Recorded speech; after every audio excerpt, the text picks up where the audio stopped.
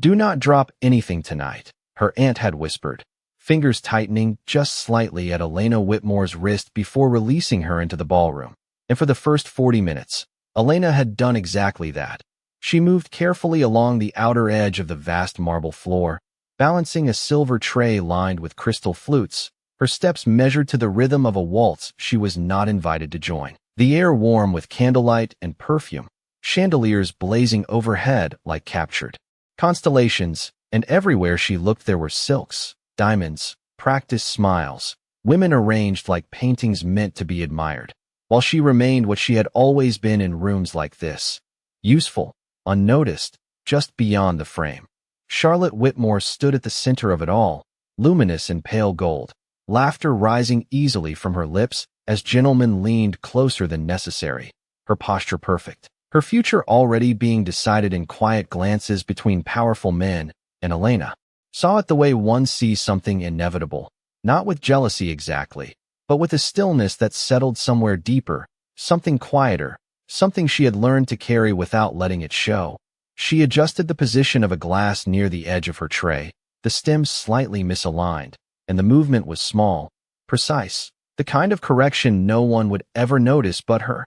And for a moment she focused on that, on the cool weight of the tray in her hands, on the faint condensation sliding down the glass, on anything that did not require her to look toward the center of the room. The music swelled, strings lifting into something brighter, and the couples on the floor turned in smooth, synchronized arcs, skirts brushing against polished stone, shoes gliding without sound, and Elena shifted her weight to avoid a passing elbow, stepping back just half a foot, then another, instinctively making space. Always making space. She did not see the slight tilt of the tray until it was already too late, a fraction of an inch, barely perceptible, but enough. One glass slipped, just enough for a single drop of champagne to escape the rim. It fell slowly, almost delicately, catching the light as it descended, and then it struck the marble floor with a soft, precise sound that seemed far louder than it should have been. Everything stopped, not all at once, not dramatically, but in a way that was almost more unsettling, a hesitation in movement, a break in rhythm, a silence that spread outward like a ripple across water. The music faltered, just for a beat, just enough for people to notice something had shifted, and Elena felt it before she fully understood it, the attention, subtle at first, then sharper, like a line being drawn toward her from every corner of the room. She lowered her gaze instinctively, her fingers tightening around the edge of the tray, steadying it, correcting it, fixing the mistake before it could become something larger, her breath controlled, her posture composed, because that was what she had been taught, what she had practiced, invisibility maintained through precision, through quiet correction, through never giving anyone a reason to look. Twice. But someone already had. Across the ballroom, Duke Alexander Ravenscroft stood at the center of the dance floor, Charlotte's hand in his. Their movement paused mid-turn, her smile still in place but no longer effortless. And he was not looking at her, not at the guests, not at the chandeliers or the musicians struggling to recover the rhythm. His gaze had moved, deliberately, unmistakably, to the far edge of the room where Elena stood with a tray in her hands and a single drop of champagne darkening the marble at her feet. It was not a long look, not by any measurable standard, but it was precise, focused, and entirely out of place, the kind of attention that did not belong to someone like her. And Elena felt it in a way she could not quite name, not quite fear, not quite confusion, something colder, something that made her straighten without thinking, as if the space around her had suddenly shifted and she was no longer standing where she had been a moment ago. Charlotte followed his line of sight a second later, her expression changing almost imperceptibly, a flicker, a question, something she did not allow to fully form. And the music resumed, hesitant at first, then stronger, pulling the room back into motion. But the moment had already happened. It had already settled into the air between them, unseen but undeniable, and Elena, still holding the tray, still standing at the edge, understood only one thing with absolute clarity: she had been seen. The music recovered, but not completely. There was a hesitation in the rhythm, a fraction too slow on the turn, a violinist adjusting half a breath late, and that was enough for the room to feel different, as if something invisible had shifted its position and refused to settle back where it belonged. Elena did what she had always done when attention brushed too close. She lowered her gaze, adjusted the balance of the tray, and took a step to the side, then another, moving along the perimeter. With deliberate calm, her fingers steady now, the earlier tremor contained, corrected, erased as efficiently as the drop of champagne that had already begun to disappear against the polished stone. She did not look toward the center again, not immediately, because she understood instinctively that looking back would make it real, and reality, in rooms like this, had consequences she could not afford. Charlotte Whitmore did not move for a beat longer than necessary, her hand still lifted where the Duke had paused their turn, her smile held in place with the kind of precision that suggested it had been practiced, maintained, and never once allowed to falter in public. Then she resumed the dance, a graceful continuation that smoothed over the interruption so completely that most of the room would remember nothing unusual at all, except perhaps a brief lapse in the music, nothing more. But Duke Alexander Ravenscroft did not immediately follow the rhythm. He adjusted a step late, his hand still at Charlotte's waist, but without the subtle pressure that guided movement. His attention not fully anchored where it should have been, and those closest to them noticed, not openly, not with words, but with the slight narrowing of eyes, the careful tilt of heads, the quiet recalibration of expectations that occurred when a man like him behaved in a way that did not align with the script everyone else had agreed upon. Elena reached the far column near the tall windows and paused just long enough to offer a glass to a passing guest, her arm extending with controlled ease, her posture correct, her expression neutral, and the gentleman accepted without truly seeing her, his thanks directed somewhere above her shoulder, his attention already drifting back toward the center of the room where the real conversation, the real selection, was taking place. That was how it worked, she reminded herself. That was how it had always worked. She was present in function, not in focus. And as long as she maintained that balance, she would remain safe, contained, untouched by whatever currents moved beneath the surface of nights like this. She shifted the tray again, redistributing the weight as two glasses were removed, the silver edge cool against her palm, and she allowed herself one controlled breath before turning slightly toward the corridor that led out of the ballroom, not an exit in the dramatic sense, simply a repositioning, a quieter space where she could stand without the constant awareness of being within sight of everyone who mattered. She took one step in that direction, the hem of her dress brushing softly against the floor, then another, and it would have been nothing, just another small movement in a room full of them. Except that at the exact moment her foot touched down, the music shifted again, not a falter this time, but a change in tempo that required the dancers to adjust their pace, and with it came a subtle tightening of the air, a collective awareness that something, or someone, had altered the flow. The Duke stopped. It was not abrupt, not dramatic, but it was absolute, his movement ceasing in a way that did not belong to the music, his hand releasing Charlotte's just enough to break the connection without drawing immediate attention, and for a second, just one, Charlotte remained in position without a partner, her arms still curved as if it were being held, her expression perfectly composed except for the faintest flicker at the corner of her eyes that betrayed the calculation already taking place behind it. He did not look at her when he stepped back. Not immediately, his gaze moving past her shoulder, past the shifting bodies of the dancers, through the layers of silk and shadow and candlelight until it found the edge of the room again, until it found the place where Elena had been standing only moments before. She felt it before she understood why. That same precise awareness, sharper now, more direct, like a line drawn between two fixed points that no one else could see. And she stopped, her body responding before her thoughts could catch up, her fingers tightening once more around the tray. Not enough to draw attention, just enough to ground herself in something solid, something she could control. Around her, the ballroom continued, conversations resumed, laughter returned, the illusion of normalcy carefully restored by people who had spent their lives maintaining it.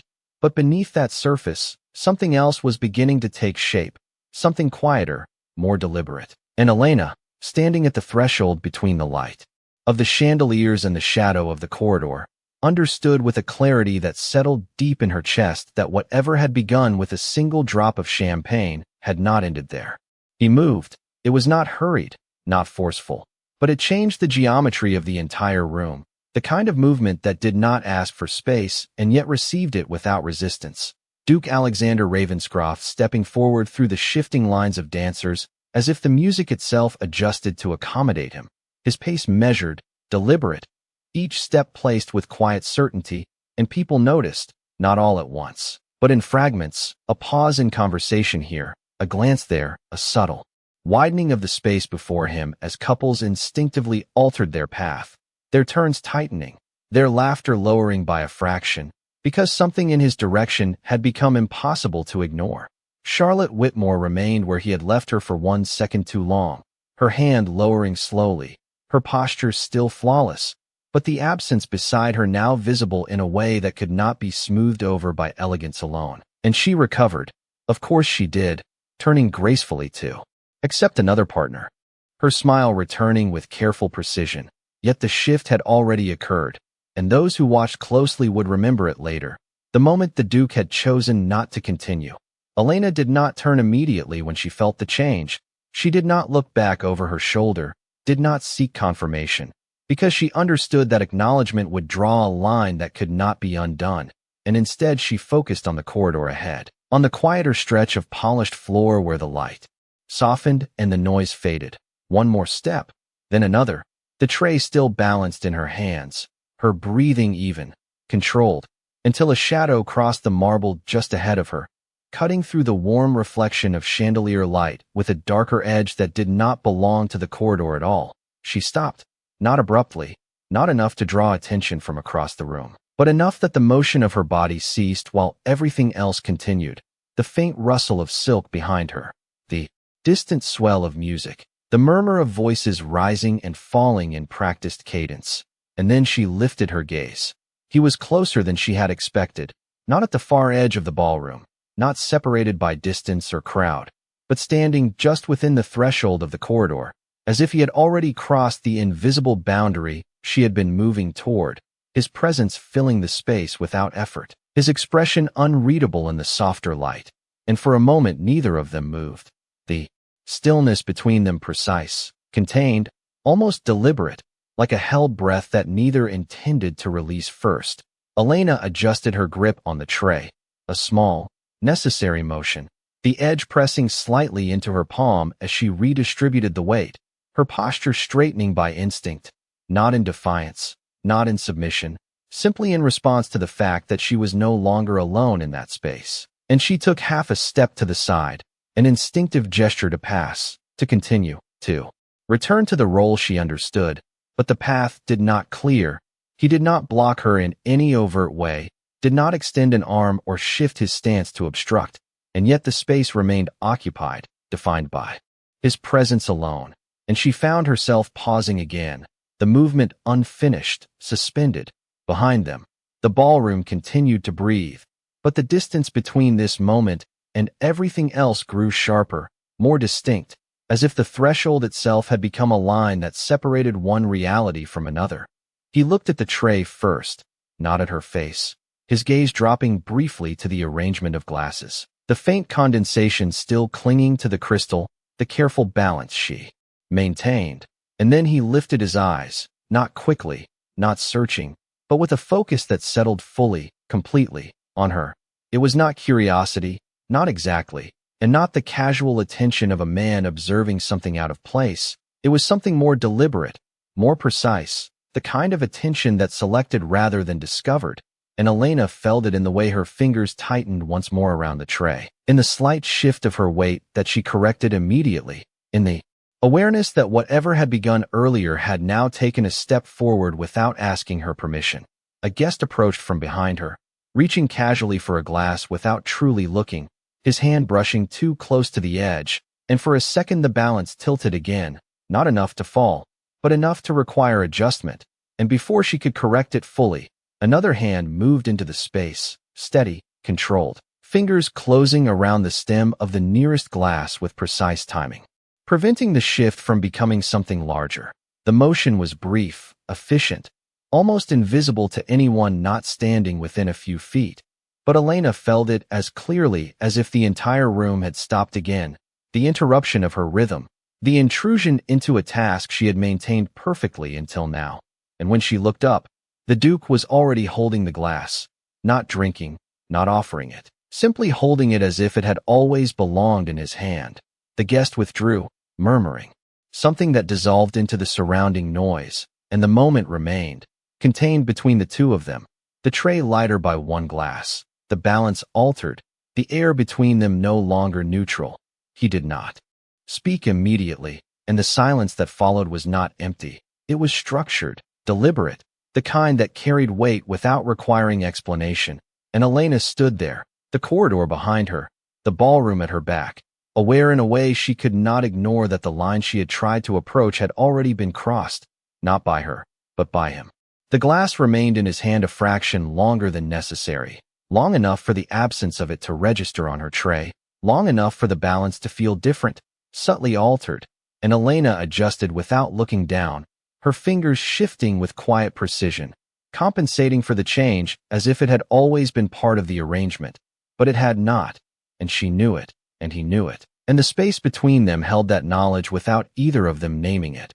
He did not drink, did not move the glass toward his lips. He simply held it, his gaze returning to her with that same measured focus. And when he finally spoke, his voice was low, controlled, carrying just far enough to reach her and no further. "You are not assigned to the corridor," he said, not a question, not an accusation, simply a statement that placed her exactly where she was not supposed to be. And Elena felt the words settle with a clarity that was sharper than any raised tone could have been. She inclined her head slightly, not quite a bow, not quite defiance, something in between. "I was repositioning, Your Grace," she replied, her voice steady, each word placed carefully, the way one places fragile glass on a crowded tray.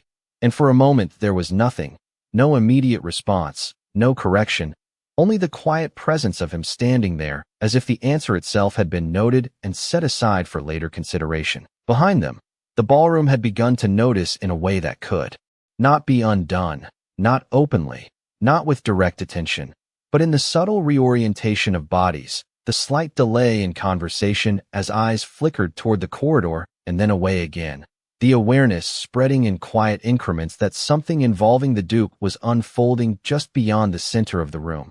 Charlotte Whitmore was among the first to register it fully, her new partner speaking to her with polite interest that she no longer returned with the same ease, her attention drawn toward the edge, toward the place where she should not have needed to look. And when she did, when her gaze found the corridor and the figure standing there with a tray in her hands, something in her expression shifted, not dramatically, not enough for those around her to question, but enough that the perfection of her composure carried a strain that had not been there before. Elena felt it without seeing it directly, the weight of observation increasing, the air tightening just slightly, and she understood, with a certainty that settled into her bones, that this was no longer a moment that could be contained between two people. It had begun to extend outward, to gather witnesses, to take shape within the larger structure of the room. The Duke moved then, a small step, but one that closed the remaining distance between them, not abruptly, not with force, but with an inevitability that made retreat feel like a choice she had already lost the chance to make. And he set the glass back onto the tray, not where it had been before, not in the exact position she had arranged, but slightly off, just enough to disrupt the symmetry she had maintained, and his fingers lingered for a fraction of a second against the rim before releasing it, the contact brief, precise, and entirely deliberate. "You adjust quickly," he said, and the words were not praise, not exactly, but they carried an acknowledgement that was more dangerous than dismissal, because it suggested he had been observing not just the moment, but the pattern behind it, and Elena felt the impact of that in the way her breath steadied rather than faltered, in the way her posture remained aligned even as the balance of the tray shifted again under his hand.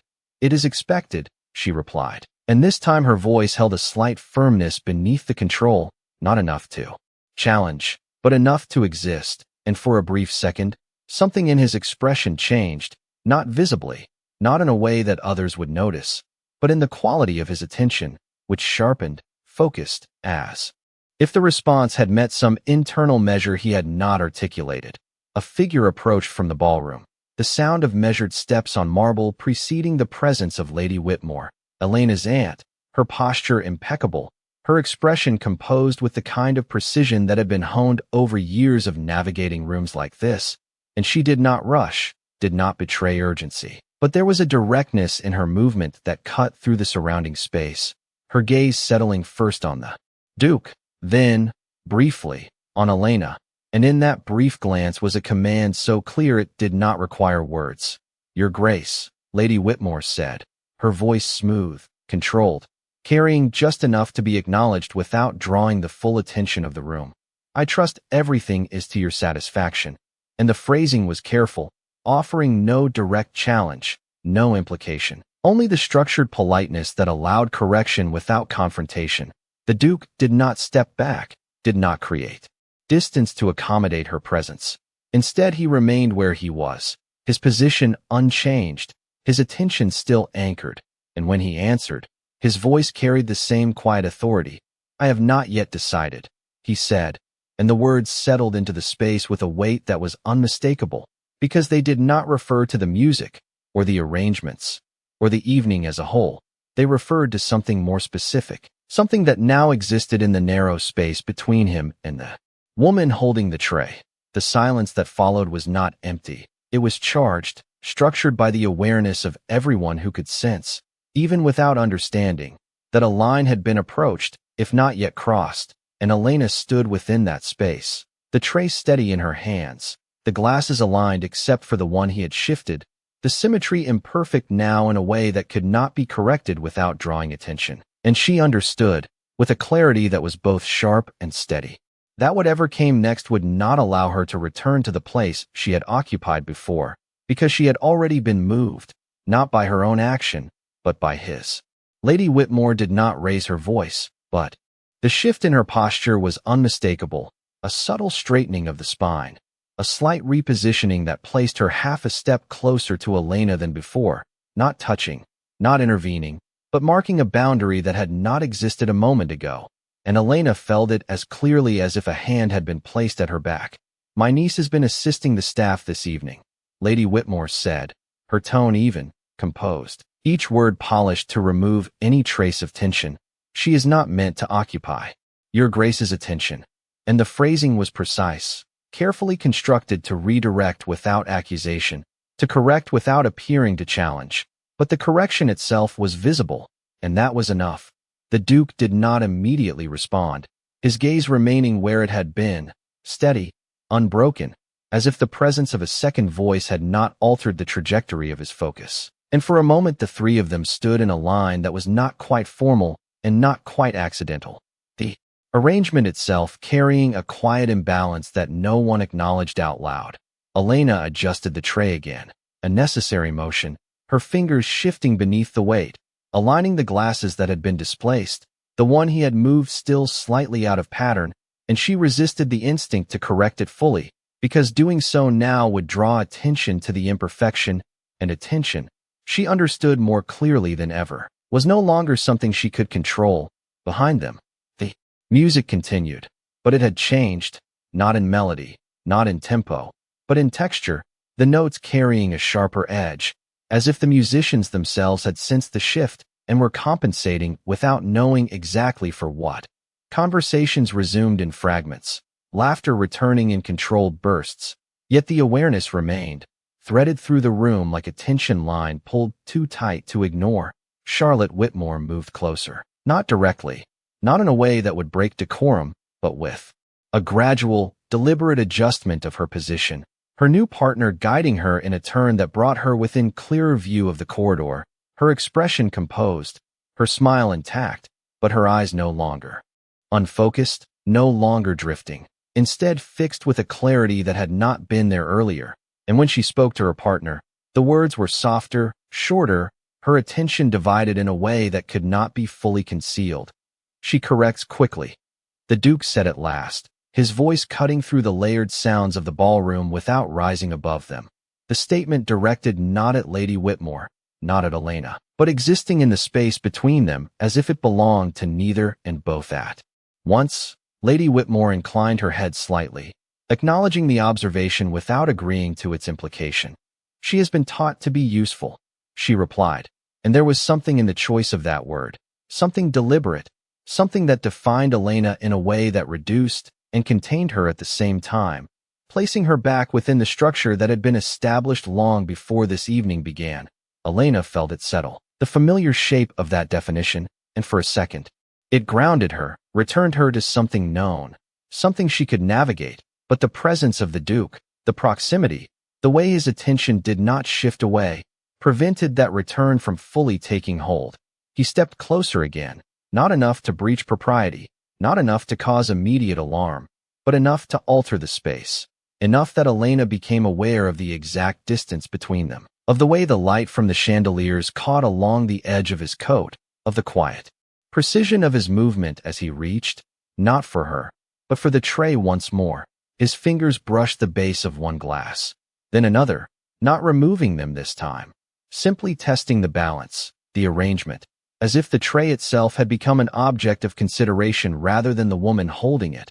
And Elena held steady, her arms firm, her posture aligned, the weight evenly distributed despite the interruption. And for a moment, the entire interaction reduced to that single point of contact, the tray between them, the glasses reflecting fractured light, the silence stretching just long enough to become noticeable. If she were placed at the center, he said quietly, would she remain as steady? And this time the words were unmistakably directed, the question shaped in a way that could not be dismissed as casual observation, and the effect was immediate, not in volume, not in overt reaction, but in the way the air shifted, the way nearby conversations faltered just slightly, the way Charlotte's movement paused half a beat before continuing. Lady Whitmore's expression did not change, but her hand moved, a small, controlled gesture that indicated Elena should step back, should withdraw, should remove herself from the line of attention that had become too direct, and Elena felt the instruction as clearly as if it had been spoken aloud, her body responding with the beginning of a step, her weight shifting backward, the tray tilting by the smallest degree as she prepared to move.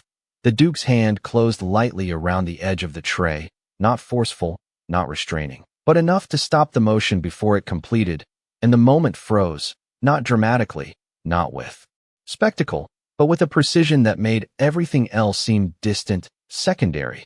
The movement halted at its midpoint, the intention interrupted.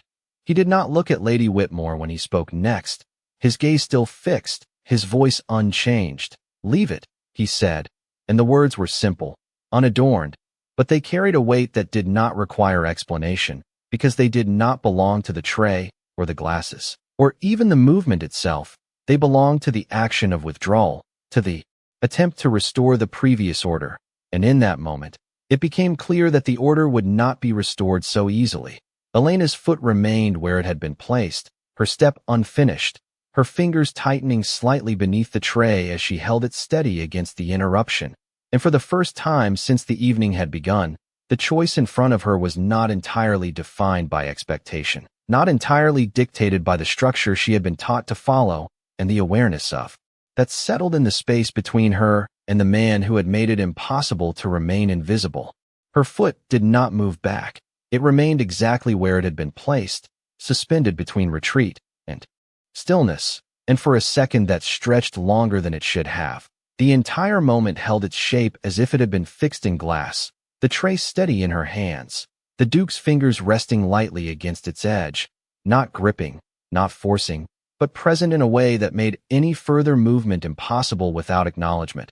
Elena did not look down, did not attempt to correct the unfinished step. Instead, she lifted her gaze again, slowly, deliberately, meeting the space just below his eyes before allowing herself to meet them fully, and the contact was not dramatic, not charged with anything obvious, but it was direct, and that alone altered the balance more than any shift in weight could have done.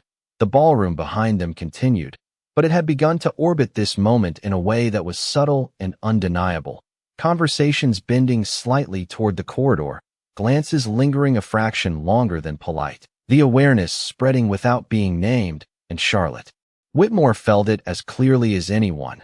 her hand tightening just slightly in her partner's as she completed another turn, her smile still present, still perfect, but no longer effortless, no longer untouched by what was unfolding beyond her control.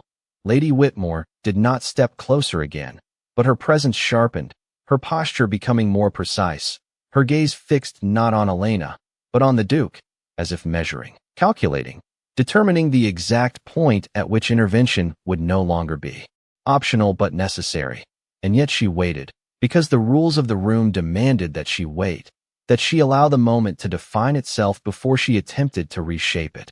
The Duke released the tray, but the absence of his hand did not restore the previous balance, because something else had already shifted, something that could not be returned to its original position, and he took a half step back, not to create distance, but to change the angle, to bring Elena fully into his line of sight without obstruction, and the movement was small, precise, the kind that did not draw attention on its own, but in the context of everything else, it felt deliberate, intentional, a repositioning rather than a retreat. "Walk with me," he said, and the words were quiet, controlled, but unmistakable, not framed as a request, not softened by courtesy, simply placed between them as if the outcome had already been decided. Elena did not move immediately, the instructions settling into the space around her, intersecting with everything she had been taught, everything she understood about where she stood in rooms like this. And for a second her fingers tightened around the tray again, the glass stems, pressing lightly into her palm, grounding her in something physical, something real, while the expectation hung in the air, waiting. "Your Grace," Lady Whitmore said, her voice still smooth, still measured, but now carrying a firmer edge beneath the surface. That would not be appropriate. And the words were chosen carefully, each one placed with precision, but the meaning was clear, the line drawn, the boundary reasserted. The Duke did not look at her, not immediately, his attention remaining on Elena as if the objection existed at a distance, as if it would be addressed, if at all, on his terms rather than in response to hers. And when he did shift his gaze, it was only briefly, a glance that acknowledged without conceding, before returning to the woman in front of him. "Then we will remain here," he said, and the adjustment was subtle, but significant, the instruction altered without being withdrawn, the focus unchanged, and the implications settling into the space with a quiet inevitability that made resistance feel increasingly fragile. A servant approached from the ballroom, a young man carrying an empty tray, his steps hesitant as he entered the corridor, his eyes flickering between Elena and the Duke with uncertainty. And Elena saw the intention before it was spoken, the quiet attempt to relieve her of her role, to remove her from the situation without drawing attention. And for a moment she considered it, the simplicity of handing over the tray, stepping back, dissolving into the structure that had always protected her. But the Duke moved first. He reached out again, not for the tray this time, but for the space just beside it, his hand lifting slightly, not touching her, not crossing the line that would make the action undeniable, but close enough that the servant stopped, his movement interrupted mid-step, his hesitation freezing him in place as clearly as if he had been commanded to remain still. "Leave it," the Duke repeated, and the words were directed outward now, not just to Elena, but to the attempt itself, to the correction that had been set in motion. And the servant inclined his head quickly, retreating without another word. The interruption dissolved before it could take shape. Elena felt the shift as it happened, the narrowing of options, the quiet removal of escape routes she had not fully realized she still possessed, and the weight of that settled into her chest, not as panic, not as fear, but as a heightened awareness of the space she now occupied, the center of a moment that had not been meant for her. Charlotte had stopped dancing entirely now, her partner speaking to her with polite concern that she did not answer her, be measured in space alone. And for a moment, everything seemed to hold its breath, the music continuing in the background yet no longer leading the rhythm of the night, the conversations thinning at the edges, the attention of the room tightening in quiet increments around a point that had not been meant to exist. Elena felt it in the way her shoulders aligned, in the way her grip on the tray steadied rather than faltered, the weight now familiar, anchored, as if the act of stepping forward had settled something inside her that hesitation had left unsteady. The Duke did not move immediately in response, and that stillness, that deliberate absence of reaction, carried more weight than any immediate gesture could have, his gaze remaining fixed, not surprised, not impressed, simply registering the change as if it had been anticipated all along, and for a second that stretched longer than it should have, they remained there, the moment suspended, defined not by what had been said but by what had not been withdrawn. Behind them, the ballroom adjusted again, not all at once, not with any single clear signal, but in the way a current shifts beneath the surface of water, subtle and undeniable, drawing everything slightly off course. And Charlotte Whitmore felt it more sharply than most, her hand lowering from where it had been held in position, her partner stepping back with a polite murmur that she did not acknowledge. Her attention no longer divided, no longer restrained, but fixed entirely on the corridor where her place, the place that had been built around her, was beginning to fracture. She moved, not quickly, not in a way that would invite comment, but with a controlled precision that brought her closer, each step measured, each breath contained, the soft rustle of her gown barely audible beneath the music, and yet Elena felt it, the approach, the shift in presence that carried not just attention but expectation, pressure layered with something sharper, something that had been held back until now. Lady Whitmore stepped forward as well, no longer maintaining the distance she had kept before, her position changing from observer to participant, her posture exact, her expression unchanged, but the intention now unmistakable, the line she had attempted to preserve beginning to harden into something that would either hold or break.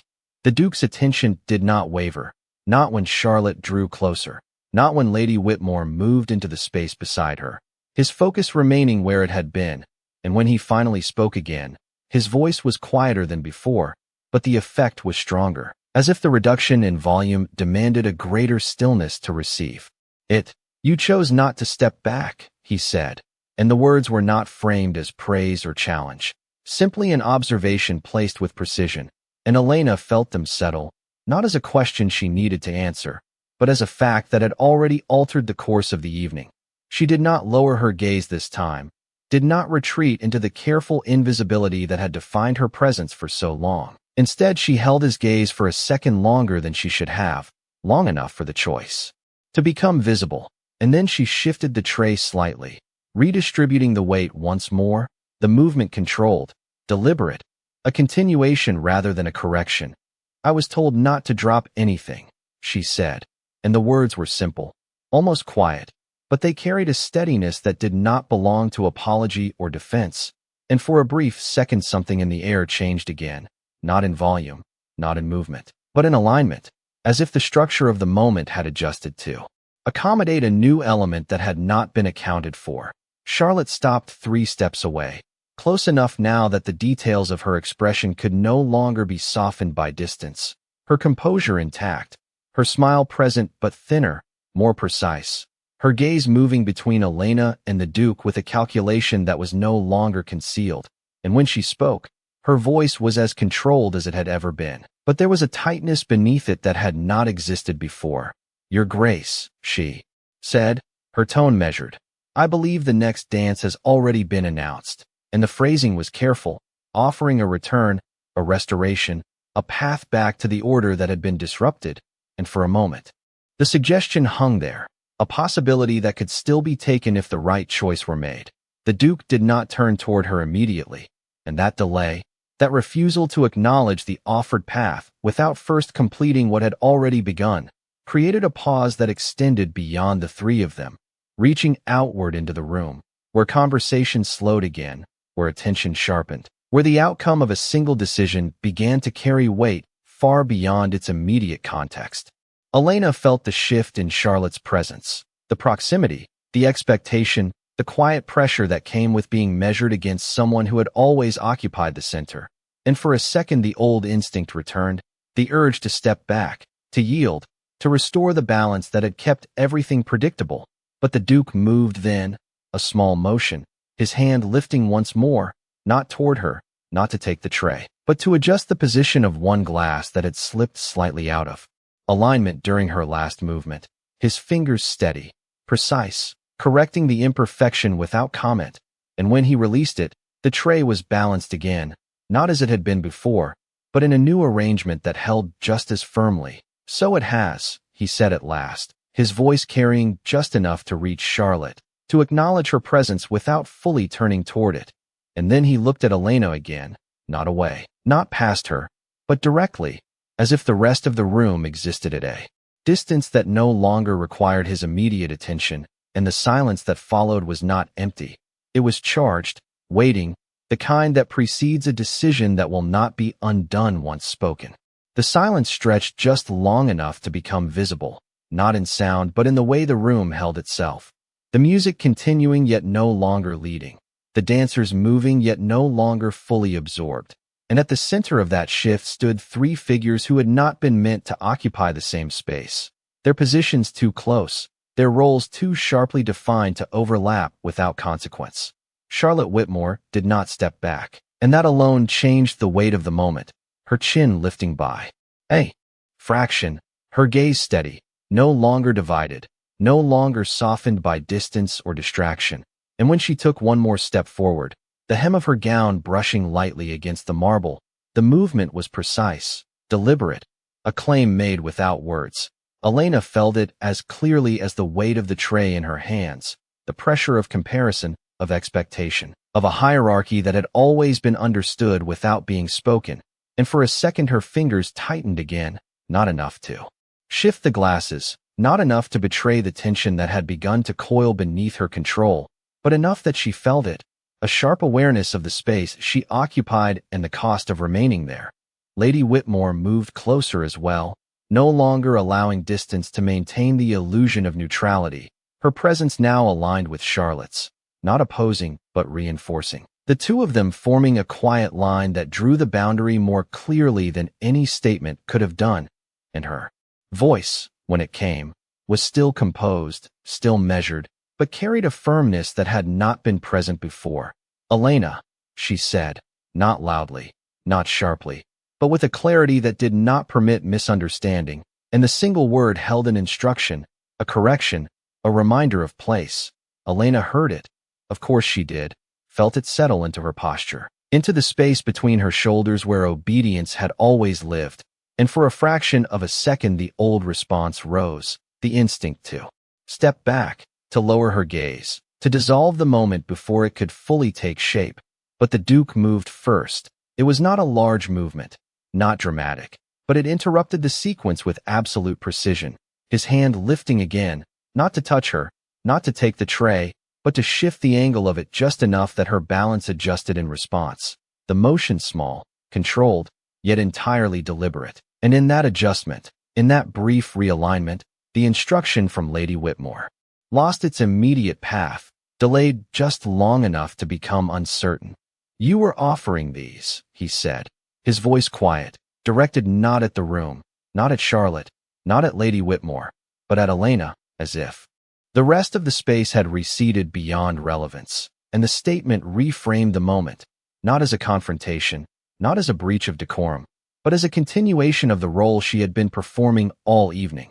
Elena felt the shift, the narrowing of focus, the way the expectation changed shape around her, and without looking away from him, she adjusted her grip once more, her arm extending slightly, the tray lifting just enough to present the glasses as they had been meant to be presented. The movement controlled, deliberate, a return to function that did not erase what had already occurred. He did not take a glass immediately, and the pause that followed stretched, not long, not overt, but enough that the offering itself became part of the tension, part of the structure of the moment. And then he reached, his fingers closing around one of the stems with that same precise control, lifting it without disturbing the others. The balance of the tray shifting again, lighter now, and for a second everything seemed to align around that single action, the glass in his hand, the tray in hers, the space between them defined by the exchange. Charlotte watched it happen, and this time she did not mask the change, not entirely. Her smile holding but no longer untouched, the edges sharper, the composure more deliberate, and when she spoke again, her voice carried a brightness that was almost too exact, too carefully placed. "It would be unfortunate," she said, her gaze moving briefly to Elena before returning to the Duke, for the evening to lose its rhythm over something so small. And the words were light, almost dismissive, but the intent beneath them was not. It was a correction disguised as commentary, a reassertion of scale, of importance, of where attention should properly rest. The Duke did not answer immediately, and the delay was not hesitation, it was selection. The choice of when and how to respond carrying its own weight. And when he finally spoke, his voice remained unchanged, calm, controlled, but the words themselves shifted the balance once more. Rhythm is not lost, he said, his gaze still on Elena. It changes, and the statement settled into the space. With a quiet finality that did not require emphasis, because it acknowledged the disruption without attempting to undo it, accepted the shift rather than denying it. Elena felt the impact of that more sharply than anything that had been said before, not as permission, not as protection, but as recognition of what was already happening. And for a second the room seemed to narrow, the edges fading, the sound of the music distant, as if everything beyond this moment had been placed just out of reach. Lady Whitmore's hand moved then, not touching Elena, but close enough that the intention was unmistakable, the gesture small, controlled, signaling once more that the moment had extended too far, that it needed to be contained, corrected, ended before it crossed a line that could not be redrawn. And Elena felt it, the pull in two directions, the weight of expectation on one side, the quiet, unyielding focus of the Duke on the other, and the choice, the simple act of movement or stillness, became something far larger than it should have been. The Duke lifted the glass slightly, not drinking, not yet, but enough to mark the action as complete, and then he stepped closer again, just enough that the distance between them shifted once more, the air tightening, the moment sharpening into something that could no longer be mistaken for accident or curiosity. And when he spoke, his voice was lower than before, controlled to the point of near stillness. "Hold it steady," he said, and the words were directed at the tray, at the task, at the role, but the effect was broader, deeper, settling into the space between them like a line drawn with deliberate intent. And Elena, standing at the center of it, understood with a clarity that left no room for retreat that the moment had not reached its end. It had only been drawn tighter, closer, waiting for the point at which it would no longer be contained. The glass remained suspended in his hand, lifted just enough to mark intention, but not yet completed, and the stillness that followed did not belong to hesitation. It belonged to control, the kind that held a moment at its highest point and refused to release it too soon. And Elena felt it in the way her arms remained steady beneath the tray, the weight unchanged but heavier now, not in substance but in consequence. Around them the ballroom had shifted beyond recovery, not visibly, not in a way that would be spoken of directly, but in the subtle, unmistakable realignment of attention, the music continuing yet no longer leading, the dancers moving yet no longer unaware, every glance, every pause, every breath bending toward the corridor where something had stepped outside its place and refused to return. Charlotte Whitmore stood closer now than she had ever needed to stand to be seen, her presence no longer radiating from the center, but pressing inward, deliberate, contained, her gaze fixed with a clarity that no longer pretended indifference. And when she took another step, the movement was small but absolute, the space tightening, the triangle between them closing until it could no longer be ignored or softened by distance. "Elena," she said, and this time the name was not a quiet correction. It was a claim, shaped with precision, carrying the full weight of expectation that had always followed it. And for a second the room seemed to align behind her, the structure of everything that had been arranged, decided, assumed, pressing forward through a single word. Elena felt it land, felt the instinct rise again, the familiar pull to yield, to step back, to restore what had been disrupted before it could fully break. And her fingers shifted slightly beneath the tray, not enough to disturb the balance, but enough to mark the beginning of a movement that had defined her entire life in rooms like this. The Duke lowered the glass, not to drink, but to place it back onto the tray, his motion precise, controlled, the stem settling into a space that had not been prepared for it, the arrangement imperfect now in a way that could not be corrected without undoing everything that had just occurred. And when his hand released it, he did not withdraw completely. his fingers remaining close, hovering at the edge of the tray as if the balance itself had become a point of decision. "You will spill if you rush," he said, and the words were quiet, directed at the action, at the tray, at the potential movement Elena had not yet completed, but the meaning extended beyond that, reaching into the moment itself, slowing it, holding it in place just long enough to prevent it from collapsing back into its original form. Elena's step did not complete. The motion arrested at its beginning, her weight settling again into stillness, and the shift was visible, not an exaggeration, but in the absence of what should have followed, the choice not to retreat becoming as clear as any spoken defiance. Charlotte saw it, and this time the change in her expression did not fully disappear, a flicker of something sharper, something less controlled, passing through before it was contained again, and when she spoke, her voice carried a brightness that no longer concealed the edge beneath it. "It seems even the smallest tasks can become complicated," she said, her gaze moving deliberately from the tray to Elena's face, then back to the Duke, the implication placed carefully, unmistakably, a reminder of scale, of place, of what should and should not command attention. Lady Whitmore stepped forward then, no longer holding position, her presence cutting into the space with quiet authority, her hand lifting slightly, not touching Elena, but close enough that the intention was unmistakable, and her voice, when it came, was still composed, still measured, but now carried the firmness of a boundary that had been reached. "That will be all," she said, not to the room, not to the Duke, but to Elena, the instruction clear, final, the expectation absolute. For a fraction of a second, everything held, the command, the presence, the weight of the entire room pressing into a single point where one movement would decide whether the order remained intact or fractured beyond repair. Elena felt it in her chest, not as panic, not as fear, but as a sharp, steady awareness of the line she stood on, the understanding that stepping back would restore everything, erase the moment, return her to the quiet invisibility that had always protected her, and stepping forward would do something else entirely, something she could not fully predict but could no longer pretend did not exist.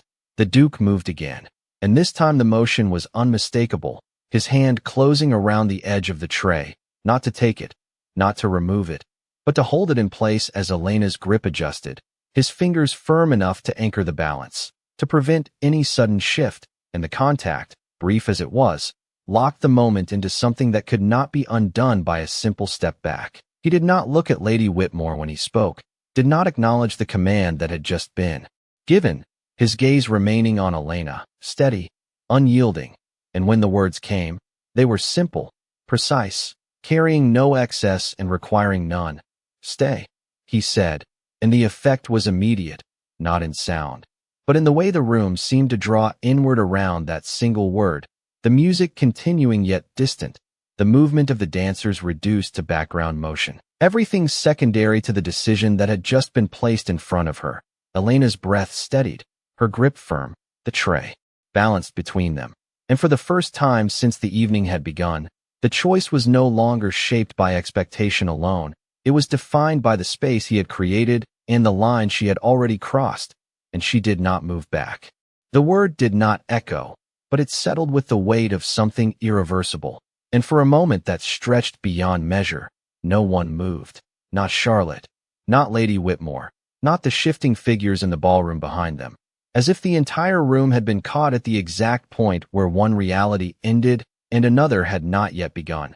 Elena felt it most clearly in her hands, the tray steady, perfectly balanced despite the tension running through her arms, despite the awareness pressing in from every direction, and the absence of movement became its own decision, its own answer, one that could no longer be mistaken or undone. Lady Whitmore was the first to respond, not with motion, but with a stillness that sharpened, her posture aligning into something colder, more precise, the softness of polite correction gone, replaced by the quiet authority of someone accustomed to being obeyed without question. And when she spoke, her voice did not rise, but it carried further than before, cutting through the fragile silence with clarity that did not require volume. "That is not your place," she said, and this time the words were not directed at Elena alone. They extended outward, toward the Duke, toward the moment itself, toward the disruption that had grown too large to ignore. Charlotte stepped forward again, closing the final distance that had remained. Her presence now fully within the space that had been created, her gaze fixed, unwavering, her composure intact but no longer untouched, the edges of it visible in the way her fingers tightened briefly at her side before relaxing again. And when she spoke, her tone was lighter, almost conversational, but the intent beneath it was unmistakable. "It would be unfortunate," she said, "if something so easily corrected were allowed to linger." And the phrasing was careful, elegant, but it carried a suggestion that was anything but gentle, a push toward resolution, toward restoration, toward the re-establishment of order that had been disrupted. The Duke did not step back, did not release the tray, did not acknowledge the pressure being applied from either side, his gaze remaining where it had been, steady, unyielding. And when he moved, it was not away, not in concession, but forward, a single step that closed the remaining space completely, eliminating the distance that had allowed the moment to exist without becoming something else. His hand shifted from the edge of the tray to the underside, supporting it from below, and the motion was precise, controlled, the kind that changed the dynamic without appearing to do so, because now the weight was no longer hers alone, now the balance was shared, and Elena felt it immediately, the subtle redistribution, the way the strain in her arms eased by a fraction, replaced by something else, something more complex, more difficult to define. He did not look at the tray when he spoke again, his attention still fixed, his voice low, measured, carrying only as far as it needed to. "You were told not to drop anything," he said, repeating her earlier words. But this time the meaning shifted, the context altered, the statement no longer about the task, but about the moment itself, about the choice she had made and the one that now remained. Elena felt the weight of that shift settle into her chest, not as pressure, not as fear, but as clarity, the kind that comes when the path behind has closed and the one ahead is no longer hidden. And for the first time since the evening had begun, she understood that this was no longer about maintaining balance. It was about deciding where that balance belonged. Charlotte's expression changed then, not dramatically, not enough to draw immediate attention, but enough that the illusion of ease could no longer fully conceal what lay beneath. And she stepped closer still, her presence now undeniable, her position reclaiming the center by proximity alone. "Your Grace," she said, and this time there was no brightness in her tone, no softness, only precision. The evening was arranged for a purpose, and the words carried the weight of expectation, of agreement, of everything that had been decided before this moment had ever begun. The Duke turned his head then, finally, his gaze shifting to her, and the movement was small, almost casual, but it carried a finality that made the room hold its breath once more, because for the first time, he acknowledged the alternative, the path that had been laid out for him, the choice that everyone in the room understood without needing to hear it spoken. He regarded her for a moment, not long, not with visible emotion, simply observing. And then he spoke, his voice unchanged, calm, controlled, but the words themselves cutting through the structure that had been built around them with quiet precision. "It was," he said, and the agreement hung there, just long enough to suggest alignment, just long enough to allow the possibility that everything would return to its expected course. And then he continued, "And I have decided." And the addition shifted everything, the statement no longer reflective, but declarative, no longer acknowledging the past, but defining what would follow. Lady Whitmore's hand moved again, this time not subtle, not restrained, her fingers closing lightly around Elena's arm, not forceful, but firm. Enough to signal the end of the moment, the final correction before the line was crossed beyond repair, and Elena felt it, the contact, the pull toward retreat, toward restoration, toward the role that had always been hers. And for a second the world narrowed to that single point of contact, the choice between yielding and remaining. The Duke moved at the same time, his hand shifting from the tray, releasing it completely. And for a fraction of a second the weight returned fully to Elena, the balance hers alone again, the decision no longer shared. And then his hand reached, not for the tray, not for the space between them, but for her wrist, the movement precise, controlled, stopping just short of contact, close enough that the intention was unmistakable, and the moment froze, suspended at the exact point before action became irreversible. "Not yet," he said, and the words were quiet, directed not at the room, not at Charlotte, not at Lady Whitmore, but at the interruption itself, at the attempt to end what had not yet reached its conclusion, and the effect was immediate, the pressure shifting, the line redrawn, the authority in the space redefined in a way that could not be ignored. Elena's arm did not move with Lady Whitmore's pull, the contact remaining but no longer guiding, no longer determining, and for a second everything aligned around that single point, the tray steady in her hands, the Duke's presence unwavering, Charlotte's gaze fixed, the entire room balanced. On the edge of a decision that had already begun to unfold, and Elena understood, with a clarity that left no room for doubt, that the moment had passed the point where it could be contained, that whatever came next would not be a correction, it would be a change.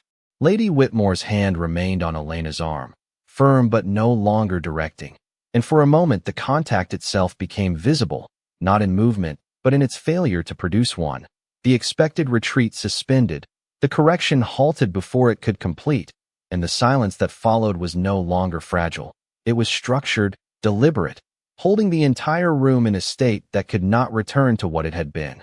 Charlotte Whitmore did not move, and that stillness was sharper than any step forward could have been, her gaze fixed, unwavering, her composure intact but no longer seamless, the edges of it visible now in the way her breathing had slowed, in the slight tension at the corners of her mouth that no longer softened when she held her smile. And for the first time that evening, she was not being observed as the center. She was watching something else become it.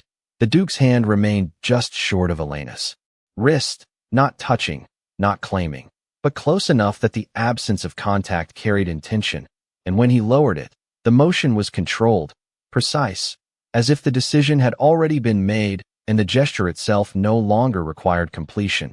He did not look at Lady Whitmore, did not acknowledge the hand that still rested on Elena's arm, his gaze returning instead to Elena with the same steady focus that had not wavered since the moment began. And when he spoke, his voice was quieter than before, but the words themselves carried further, cutting through the space with clarity that did not depend on volume. "You are not assigned to serve tonight," he said, and the statement landed with a weight that shifted the entire structure of the moment, because it did not correct, it did not dismiss, it revealed. Elena felt it before she understood it fully, the words settling into something deeper than the surface of the evening, and for a second her grip on the tray tightened, the glass stems pressing more firmly into her palm, grounding her as the meaning began to unfold. Lady Whitmore's expression changed then, not dramatically, not in a way that would draw immediate attention from the wider room, but in the subtle tightening of her features, the precision of her composure sharpening into something more controlled, more deliberate, and when she spoke, her voice remained even, but the effort behind that evenness was no longer invisible. "I believe there has been a misunderstanding," she said, each word placed carefully. "She is assisting only as needed," and the phrasing was careful, designed to contain, to redirect, to prevent the statement from taking hold.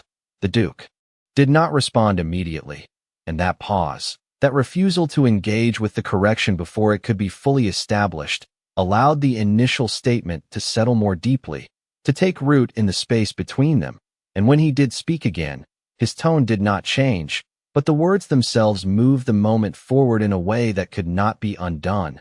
"She was not presented," he said, and the observation was simple, factual, but it carried an implication that extended beyond the evening, beyond the arrangement of the ballroom, into something older, something that had been decided long before this moment, and was now being brought into it without permission. Charlotte's gaze sharpened, the focus shifting from Elena to the Duke and back again, and for a second the control she had maintained slipped just enough to reveal the calculation beneath it, the rapid assessment of what was being said, of what it meant, of how it would be received, and when she spoke, her voice was steady, but there was a tightness beneath it that had not been there before. "That was intentional," she said. "Not every presence requires introduction," and the words were precise, designed to reframe, to diminish the significance of the absence, to restore the hierarchy that had been disrupted. The Duke turned his head slightly, not fully, not enough to break the line of his focus, but enough to acknowledge her presence. And for a moment he regarded her with the same calm, measured attention he had given everything else that evening. And then he spoke, and the words did not rise, did not sharpen, but they cut through the structure that had been built around them with a clarity that left no room for interpretation. "It does when I am choosing," he said, and the effect was immediate, not in sound, but in the way the room seemed to contract around that single statement. The implication expanding outward in silent waves that reached every corner of the ballroom. Elena felt it as a physical shift, the space around her narrowing. The weight of the tray suddenly more pronounced, not heavier, but more present, more real, as if the object itself had become part of something larger, something that could no longer be dismissed as incidental. Lady Whitmore's hand tightened slightly on her arm, not enough to restrain, but enough to signal the urgency of the moment, the need to correct, to contain, to prevent the statement from becoming action. And when she spoke again, her voice was still composed, but the edge beneath it was now unmistakable.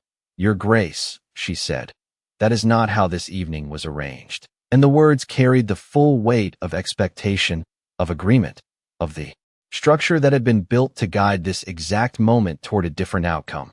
The Duke did not look at her, not this time, his attention remaining where it had been, and when he moved, it was not away, not in concession, but forward, a single step that closed the remaining space completely, eliminating any distance that had allowed the moment to remain abstract. And his hand lifted again, not to take the tray, not to adjust the glasses, but to gesture, a small, precise motion that indicated the space directly in front of him, the center, the place that had been reserved, prepared, expected for someone else. "Then it will change," he said, and the words were quiet, controlled, but they carried a finality that did not require emphasis, because they did not argue with the arrangement. They replaced it. Charlotte did not move, and that stillness was no longer composed.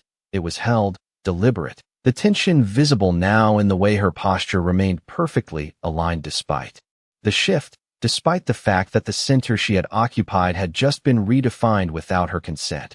Elena felt the contact of Lady Whitmore's hand remain, felt the expectation pressing from one side, the presence of the Duke from the other, and for a second the world narrowed to that single point of balance, the tray steady in her hands, the glasses aligned except for the ones that had been moved, the symmetry imperfect, the moment irreversible. She did not step back.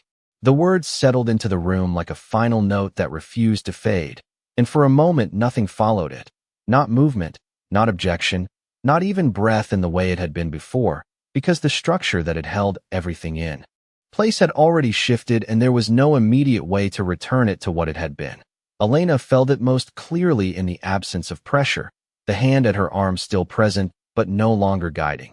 The expectation that had once dictated her movement now suspended, uncertain, and the tray in her hands remained steady, balanced in a way that no longer depended on habit alone, but on something else, something chosen. The Duke did not repeat himself, did not elaborate. He simply remained where he was, his posture unchanged, his gaze steady, as if the decision had already been made and the rest of the room would adjust in its own time. And that stillness carried more authority than any command could have, because it did not demand agreement. It assumed it. Lady Whitmore was the first to move, not in retreat, not in concession, but in recalibration, her hand withdrawing from Elena's arm with controlled precision, her posture aligning once more into something composed, something that could exist within the new structure without acknowledging how sharply it had shifted. And when she spoke, her voice was as measured as ever, but now it carried a different purpose, no longer to correct, but to contain what could not be undone. "Of course," she said, and the words were smooth, carefully placed. "If that is your Grace's preference." And in that phrasing the resistance dissolved into formality, into acceptance that did not concede but could not refuse. Charlotte did not speak immediately, and that silence was more revealing than anything she could have said, her gaze fixed, her posture flawless, but the stillness now held effort, the kind that comes when control is maintained not because it is effortless, but because it must not break. And when she finally inclined her head, The motion was precise, almost imperceptible, a gesture that acknowledged without yielding, that preserved dignity even as the center beneath her had shifted. The music resumed fully then, not tentative, not uncertain, but stronger, as if the room itself had decided to move forward regardless of what had just occurred, and the dancers followed, the rhythm reasserting itself across the marble floor. The illusion of continuity restored, yet beneath it the change remained, threaded through every glance, every step, every breath that now carried the memory of what had just been said. Elena stood within that space, no longer at its edge, no longer outside its frame, and the awareness of that settled into her posture, into the way she held the tray, into the way her shoulders aligned not in retreat, but in presence. And for the first time that evening, the role she occupied did not feel entirely defined by others. The Duke moved then, not abruptly, not dramatically, but with a clarity that left no room for misinterpretation, his hand lifting once more, this time not toward the tray, not toward the glasses, but toward her, the motion precise, controlled, stopping just short of contact, an invitation without the formality of asking, and for a second the moment held again, suspended. The distance between his hand and her wrist no longer accidental but deliberate, the space charged with the possibility of what would follow. Elena looked at it, not for long, not with hesitation, but with a brief, clear acknowledgement, and then she shifted, the tray lowering slightly, her arm adjusting, the balance changing as she transferred the weight to one hand, freeing the other in a motion that was small, contained, but unmistakable.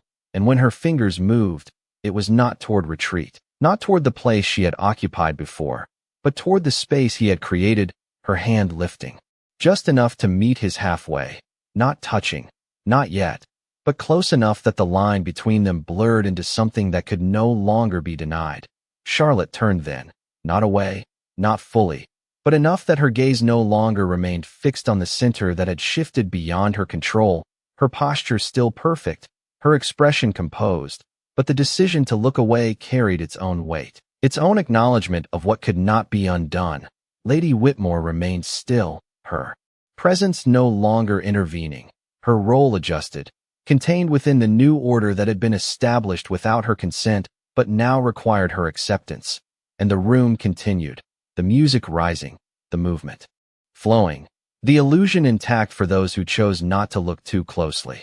The Duke's hand lowered slightly, not withdrawing, not completing the gesture, simply holding the space open, and when he spoke again, his voice was quiet, controlled, but the words themselves carried a softness that had not been present before, not in tone, but in intention.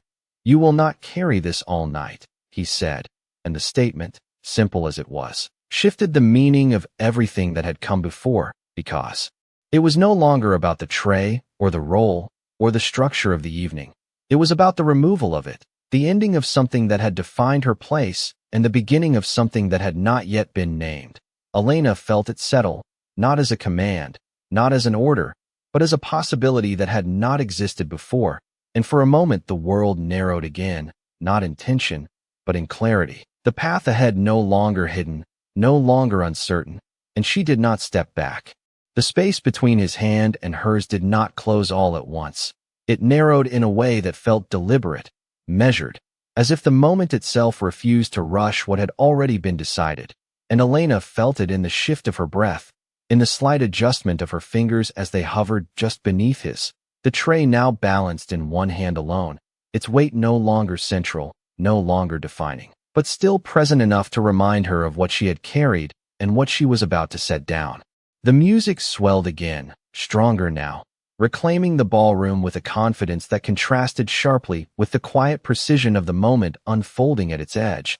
And yet the dancers, the guests, the entire room seemed to move around them rather than through them, as if the space they occupied had become separate, contained, its own center no longer aligned with the one that had been arranged at the beginning of the evening. The Duke's hand lowered the final fraction, not quickly, not with urgency, but with certainty, and when his fingers finally closed around hers, the contact was firm without force, steady without hesitation, and the effect was immediate, not in sound, but in the way the moment resolved.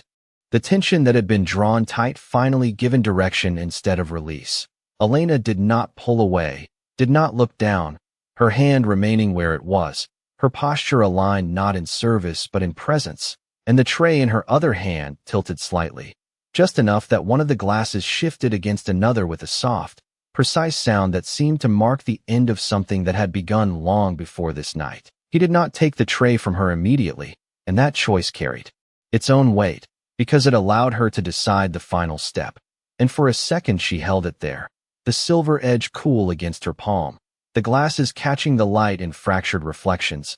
And then she moved, not back, not away, but to the side, a single, controlled motion as she placed the tray onto the nearest surface, the marble ledge beneath the tall window, the action quiet, deliberate. The last physical tie to the role she had occupied released without spectacle.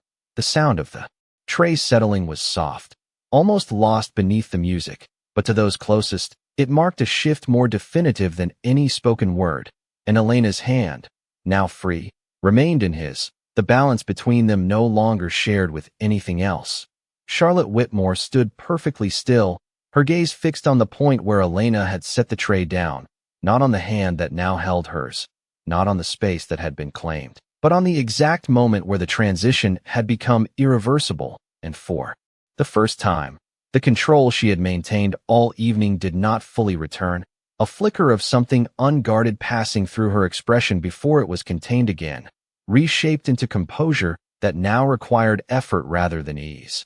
Lady Whitmore did not intervene again, her posture still precise, her presence composed, but the absence of further action spoke more clearly than any attempt to correct could have, because the moment had moved beyond her reach, beyond the point where guidance could alter its course.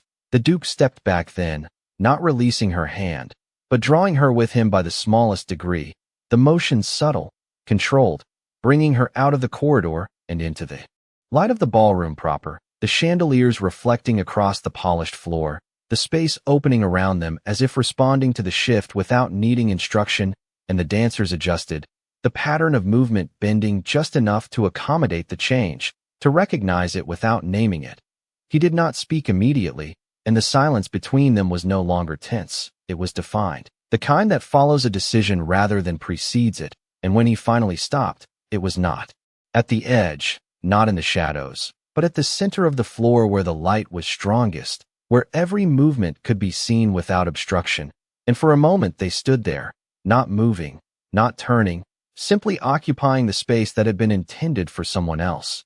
The music shifted, not in melody, but in emphasis, the rhythm aligning with the new position, and the Duke lifted his free hand, placing it lightly at her waist, the gesture precise, controlled, not possessive, but undeniable.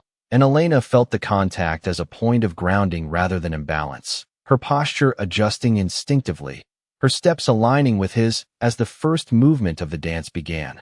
The ballroom watched, not openly, not with the kind of attention that would break decorum, but with the quiet awareness that something had been altered in a